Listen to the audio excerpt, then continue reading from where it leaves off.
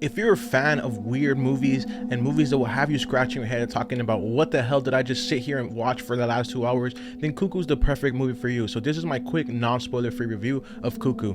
Cuckoo is gonna probably be the most divisive horror film this year, and I think most people are gonna love it or hate it. But let me get into the positives before I get into the negatives. Hunter Schafer's performance in here was probably one of my favorite performances from her I've ever seen. I loved her in Euphoria, but in this movie she really brings her A game, and I want to see her take more lead roles after this.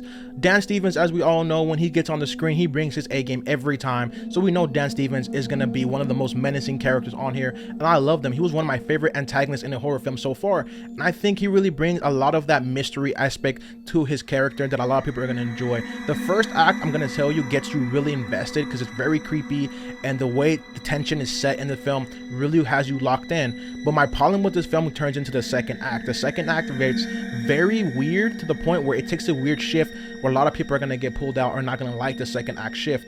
And I think it gets very convoluted with his ideas, especially second to third act. That third act, the way it unravels, is very convoluted. I feel like the director was throwing things and hoping something was going to stick. You're either going to love or hate it.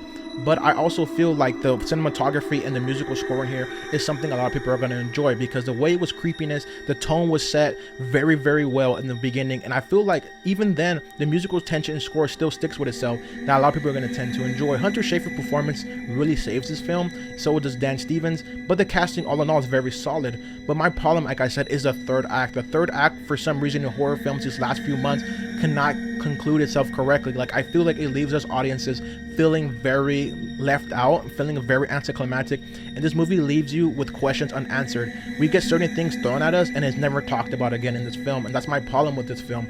It has so many questions that need to be answered, and this movie is not going to spoon feed you a lot of the facts. You're going to have to really sit there and digest it. I watched this movie twice, and there's still some things I don't understand about this film, but I really did love it all in all. This movie is a good time regardless. So if I had to rate this film is a 7.5 out of 10. This movie will have you feeling